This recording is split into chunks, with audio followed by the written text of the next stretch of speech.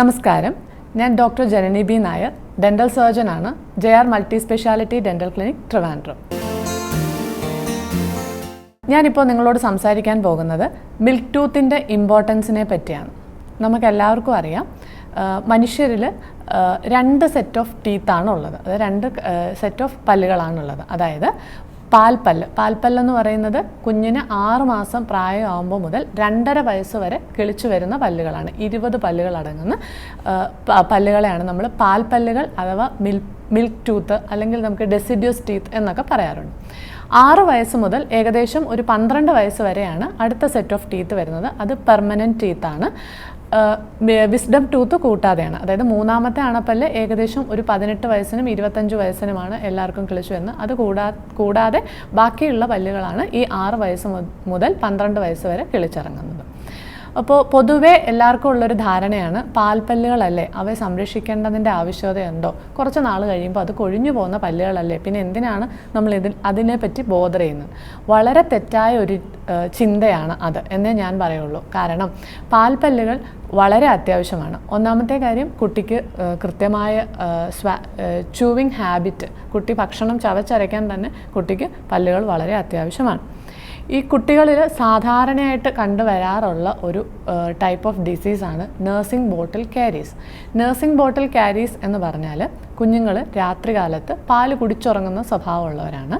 അപ്പോൾ പാല് കുടിച്ചുറങ്ങുമ്പോൾ അവരുടെ മേൽചുണ്ടിനും മേൽപല്ലിനും ഇടയിലുള്ള ഗ്യാപ്പിൽ പാല് കെട്ടിക്കിടക്കാറുണ്ട്. അങ്ങനെ പാല് കെട്ടിക്കിടക്കുമ്പോൾ ഈ സൂക്ഷ്മജീവികൾ പാലിനകത്തുള്ള ലാക്ടോസ് എന്ന് പറയുന്ന കാർബോഹൈഡ്രേറ്റുമായിട്ട് ആക്ട് ചെയ്തിട്ട് ലാക്റ്റിക് ആസിഡ് എന്ന് പറഞ്ഞ കെമിക്കൽ പ്രൊഡ്യൂസ് ചെയ്യപ്പെടുകയും പല്ലിലെ ഇനാമൽ എന്ന് പറയുന്ന സ്ട്രക്ചറിനെ അത് ദ്രവിച്ചു കളയുകയാണ് ചെയ്യുന്നത്. അതുകൊണ്ടാണ് ശരിക്കും പല്ല് പൊടിയുകയാണ് ചെയ്യുന്നത്. നമ്മൾ കുഞ്ഞുങ്ങളുടെ പല്ല് നോക്കുകയാണെങ്കിൽ നമുക്ക് കാണാം, കൂടുതൽ കുട്ടികളുടെയും മുകളിലത്തെ നിരയിലെ പല്ലുകളും അണപ്പല്ലുകളുമാണ് എഫക്റ്റഡ് ആയിട്ടുള്ളത്. താഴത്തെ പല്ലുകൾക്ക് എന്തുകൊണ്ട് വരുന്നില്ല എന്ന് ചോദിച്ചാൽ, താഴത്തെ പല്ലിൽ നമുക്ക് ടങ്ങിൻ്റെ ആക്ഷൻ കൂടുതലാണ്. അപ്പോൾ ടങ്ക് വഴി നമുക്ക് താഴത്തെ ടൂത്തിൽ നമുക്ക് ക്ലെൻസിങ് ആക്ഷൻ കിട്ടുന്നുണ്ട്. പക്ഷേ മേളത്തെ പല്ലിൽ അങ്ങനെയല്ല. ഈ പാലവിടെ കെട്ടിക്കിടക്കുന്ന കാരണം ക്ലെൻസിങ് ആക്ഷൻ കിട്ടാതെ വരുന്നുണ്ട്. ഇനി എങ്ങനെയാണ് ഈ കേട് കാണാനുണ്ടാവുക? നമുക്ക് ആദ്യത്തെ സ്റ്റേജിൽ തന്നെ ഇതിനെ നമുക്ക് തിരിച്ചറിയാൻ പറ്റും. ഒരു അസ്വാഭാവികമായ ഒരു വെളുപ്പ് നമുക്ക് കാണാൻ പറ്റും. സാധാരണ പല്ലിൻ്റെ വെളുപ്പല്ല, അതിലും കവിഞ്ഞൊരു പേപ്പർ വൈറ്റ്, ആ ഒരു കളറിൽ നമുക്ക് ടൂത്തിൻ്റെ മോണയുമായിട്ട് പല്ലും മോണയും ചേരുന്ന ആ ബോർഡറിലായിരിക്കും ഏകദേശം നമുക്ക് കാണാൻ പറ്റും. ആ സ്റ്റേജ് കഴിഞ്ഞിട്ടാണ് പതുക്കെ പല്ല് ആ ഏരിയയിൽ നിന്ന് പതുക്കെ പൊടിയാൻ തുടങ്ങും. പൊടിഞ്ഞു കഴിയുമ്പോഴത്തേക്ക് ഏകദേശം ഒരു യെല്ലോ ടു ബ്രൗൺ കളറിലുള്ള സ്പോട്ടായിട്ടായിരിക്കും കാണുന്നത്. ആ സ്റ്റേജും കഴിഞ്ഞതിന് ശേഷമാണ് ഇത് പതുക്കെ വലുതായി പിന്നീടാണ് പല്ല് കംപ്ലീറ്റ് ആയിട്ട് പൊടിയാൻ തുടങ്ങുന്നത്. അപ്പോൾ കുട്ടിയെ പരിചരിക്കുന്ന പേരൻസിന് അഥവാ രക്ഷകർത്താക്കൾക്ക് അത് ആദ്യം തന്നെ ഐഡൻറ്റിഫൈ ചെയ്യാൻ പറ്റും. അങ്ങനെ ആദ്യമേ ഐഡൻറ്റിഫൈ ചെയ്തിട്ട് ആ പൊടിയുന്ന ഭാഗം നമുക്ക് പല്ലിൻ്റെ തന്നെ കളറിലുള്ള മെറ്റീരിയൽ വെച്ച് ഫില്ല് ചെയ്ത് വെക്കാൻ പറ്റും. അതുകൊണ്ട് കുഞ്ഞിൻ്റെ ചിരിക്കാനുള്ള കോൺഫിഡൻസ് കുറയുകയോ അല്ലെങ്കിൽ കുട്ടിക്ക് പല്ല് വേദന പോലെയുള്ള ബുദ്ധിമുട്ടുണ്ടാവുകയോ അല്ലെങ്കിൽ പല്ല് വേദന വന്ന് ഡെൻ്റൽ ക്ലിനിക്കിൽ വരുമ്പോഴാണ് കൂടുതൽ കുട്ടികൾക്കും ഡെൻറ്റിസ്റ്റിനോടുള്ള പേടി വരുന്നത് തന്നെ. അപ്പോൾ അങ്ങനെയുള്ള സാഹചര്യങ്ങളൊക്കെ നമുക്ക് അവോയ്ഡ് ചെയ്യാൻ വേണ്ടി പറ്റും. ഇനി പല്ല് ഫുള്ളായിട്ട് പോടായി കഴിഞ്ഞിട്ട് എന്ത് ചെയ്യാൻ പറ്റും? അത് തന്നെ കൊഴിഞ്ഞു പോട്ടെ, അങ്ങനെ വിചാരിക്കരുത്. ഒന്നാമത്തെ കാര്യം എന്ന് പറയുന്നത്, ഈ എല്ലാ പാൽപ്പല്ലും അതിനായ സമയമുണ്ട് അത് കൊഴിഞ്ഞു പോകാനായിട്ട്. അതിന് മുന്നേ നമ്മൾ ആ പല്ല് എടുത്ത് കളയുവാണെങ്കിൽ എന്തൊക്കെ പ്രശ്നങ്ങളാണ് കുട്ടികൾക്ക് ഉണ്ടാവുന്നത്? ഒന്നാമത്തെ കാര്യം എന്ന് പറയുന്നത്, അവരുടെ സ്വാഭാവികമായിട്ടുള്ള താടിയെല്ലിൻ്റെ വളർച്ചയെ അത് ബാധിക്കും. രണ്ടാമത്തെ കാര്യം, ഈ പാൽപ്പല്ലിൻ്റെ വേരിൻ്റെ താഴെയായിട്ടാണ് പെർമനൻറ്റ് ടൂത്തിൻ്റെ ബഡ് ഇരിക്കുന്നത്. പെർമനൻറ്റ് ടൂത്തിൻ്റെ ബഡ് അപ്പോൾ എന്ത് സംഭവിക്കും? ഈ പല്ല് നേരത്തെ എടുത്ത് കളയുവാണെങ്കിൽ അത് കറക്റ്റ് പൊസിഷനിലോട്ട് ഇറപ്റ്റായി വരില്ല, കിളിച്ചിറങ്ങി വരില്ല. അപ്പോൾ കുട്ടിക്ക് ഭാവിയിൽ ഇടചാടിയ പല്ല് അല്ലെങ്കിൽ ക്രൗഡഡ് ആയിട്ടുള്ള ടൂത്ത് ഒക്കെ ഉണ്ടാവാനുള്ള സാധ്യതയുണ്ട്. ഇനി കുട്ടി കേട് ബാധിച്ച് വേരുവരേക്കും കേടുപോയി, വേദനയായി, ഇനി എന്ത് ചെയ്യാൻ പറ്റും? ഒരു നിവൃത്തിയില്ല എന്നുണ്ടെങ്കിൽ നമുക്ക് പല്ല് എടുത്ത് കളയുക തന്നെ ചെയ്യാൻ പറ്റുള്ളൂ. പക്ഷേ അല്ലാതെ തന്നെ നമുക്ക് വലിയവരിൽ പല്ല് സേവ് ചെയ്യുന്ന പോലെ തന്നെ കുഞ്ഞുങ്ങളിലും പല്ല് സേവ് ചെയ്യാൻ പറ്റും.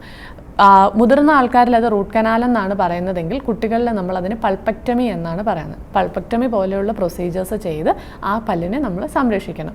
അണപ്പല്ലുകൾ ഏകദേശം ഒരു 12 വയസ്സായിട്ടാണ് കംപ്ലീറ്റ്ലി കൊഴിഞ്ഞു പോവുക. സോ അത്രയും നാൾ നമ്മൾ ആ പല്ലിനെ സേവ് ചെയ്ത് വെക്കേണ്ടത് വളരെ അത്യാവശ്യമാണ്. പിന്നീട് ഈ ഡെൻ്റൽ ഡീക്കേക്കുള്ള മറ്റൊരു പ്രശ്നം എന്ന് പറയുന്നത്, ഒരു ടൂത്തിൽ ഡീക്കേ വന്നു കഴിഞ്ഞാൽ കുഞ്ഞിൻ്റെ അടുത്ത പല്ലിലോട്ടും ആ കേട് പകരാനുള്ള സാധ്യത വളരെ കൂടുതലാണ്. അപ്പം അതുകൊണ്ട് ഒരു ശുചിത്വമുള്ള വാ ക്രിയേറ്റ് ചെയ്യുക എന്നുള്ളത് വളരെ ഇമ്പോർട്ടൻ്റ് ആയിട്ടുള്ള കാര്യമാണ്. അത് നമ്മൾ കുട്ടികളിൽ ആദ്യം പറഞ്ഞ് മനസ്സിലാക്കണം. അതായത് ഈ DK വരാതിരിക്കാൻ തന്നെ ഉള്ള ഏറ്റവും നല്ല മാർഗ്ഗം എന്ന് പറഞ്ഞാൽ രണ്ട് തവണ ബ്രഷിങ് ചെയ്യുക, ഒരുപാട് കാർബോഹൈഡ്രേറ്റ്സുകൾ അവോയ്ഡ് ചെയ്യുക, അതായത് സ്റ്റിക്കി ആയിട്ടുള്ള ഫുഡ് ഐറ്റംസ് കുഞ്ഞുങ്ങൾക്ക് അവോയ്ഡ് ചെയ്യുക. കുട്ടികൾ അതിനോട് അധികം കോപ്പറേറ്റ് ചെയ്യത്തില്ല. അപ്പോൾ നമ്മൾ അപ്പോൾ തന്നെ വായ റിൻസ് ചെയ്യിക്കുക, അല്ലെങ്കിൽ ധാരാളം വെള്ളം കുടിപ്പിക്കുക. ഇങ്ങനെയൊക്കെയുള്ള ടെക്നിക്ക് വഴി മാത്രമേ നമുക്ക് കുട്ടികളിൽ ഡെൻ്റൽ DK വരാതിരിക്കാൻ നമുക്ക് ശ്രമിക്കാൻ പറ്റുള്ളൂ. അല്ലാതെ കംപ്ലീറ്റ്ലി നമുക്കത് വരാതിരിക്കാൻ പറ്റില്ല. പക്ഷേ വന്നു കഴിഞ്ഞാൽ ഇനിഷ്യൽ സ്റ്റേജിൽ തന്നെ അതിനെ ഐഡൻറ്റിഫൈ ചെയ്യുവാണെങ്കിൽ കുഞ്ഞുങ്ങൾക്ക് ഇങ്ങനെ ഉണ്ടാവുന്ന പ്രോബ്ലംസ് നമുക്ക് അവോയ്ഡ് ചെയ്യാൻ പറ്റും.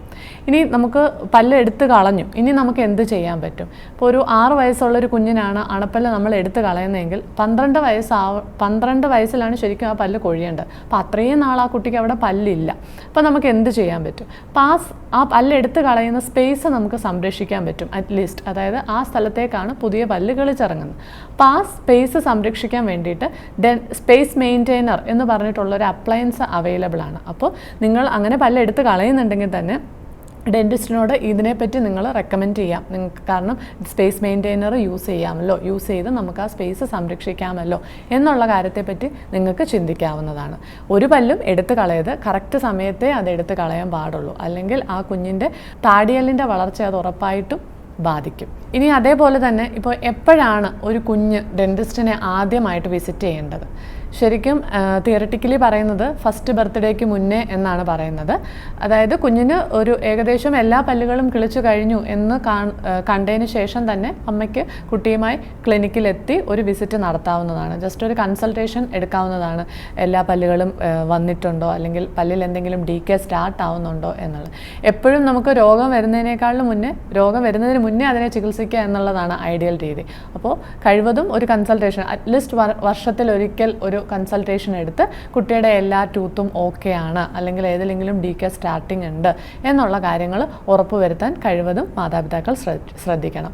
കുഞ്ഞുങ്ങളുടെ പുഞ്ചിരി അല്ലെങ്കിൽ അവരുടെ കോൺഫിഡൻസ് ഇതെന്നൊക്കെ പറയുന്നത് അവരുടെ ട്യൂത്തിൽ തന്നെയാണ്. അത് വളരെ ഇമ്പോർട്ടൻ്റ് ആയിട്ടുള്ള കാര്യമാണ്. കൂടുതൽ പേരൻസും അത് നെഗ്ലക്റ്റ് ചെയ്ത് കളയാറുണ്ട്. അപ്പോൾ ഇനിയെങ്കിലും പേരൻസ് അതിന് കുറച്ചും കൂടെ ഇമ്പോർട്ടൻസ് കൊടുക്കണം. ഒരുപാട് പേരൻസും ഇത്തരം കാര്യങ്ങളെപ്പറ്റി ഇന്നത്തെ കാലത്ത് വളരെ അവെയറായിട്ടുള്ള ആൾക്കാരാണ്. അപ്പോൾ അല്ലാത്ത ആൾക്കാർ കുഞ്ഞുങ്ങളുടെ കോൺഫിഡൻസ് അല്ലെങ്കിൽ കുഞ്ഞുങ്ങളുടെ പുഞ്ചിരി അത് ഉറപ്പായിട്ടും കാത്തു സൂക്ഷിക്കണം. അതേപോലെ തന്നെ അവർക്ക് ഡെൻറ്റിസ്റ്റ് എന്നുള്ളൊരു ഫോബിയ അത് ചെറുതിലേ തന്നെ അത് നമ്മൾ മാറ്റിയെടുക്കാൻ നമ്മൾ ശ്രദ്ധിക്കണം. ആദ്യമേ തന്നെ അവരെ അതിനോട് ഫെമിലിയർ ആക്കി, അവർക്ക് ട്രീറ്റ്മെൻറ്റ് ആവശ്യമുണ്ടെങ്കിൽ അങ്ങനെയുള്ള കാര്യങ്ങൾ ചെയ്ത് അവരെ വളരെ ഫെമിലിയർ ആക്കി എടുക്കുന്നതിനും മാതാപിതാക്കൾക്ക് വളരെ ഇമ്പോർട്ടൻസ് ഉണ്ട് എന്നാണ് ഞാൻ വിശ്വസിക്കുന്നത്.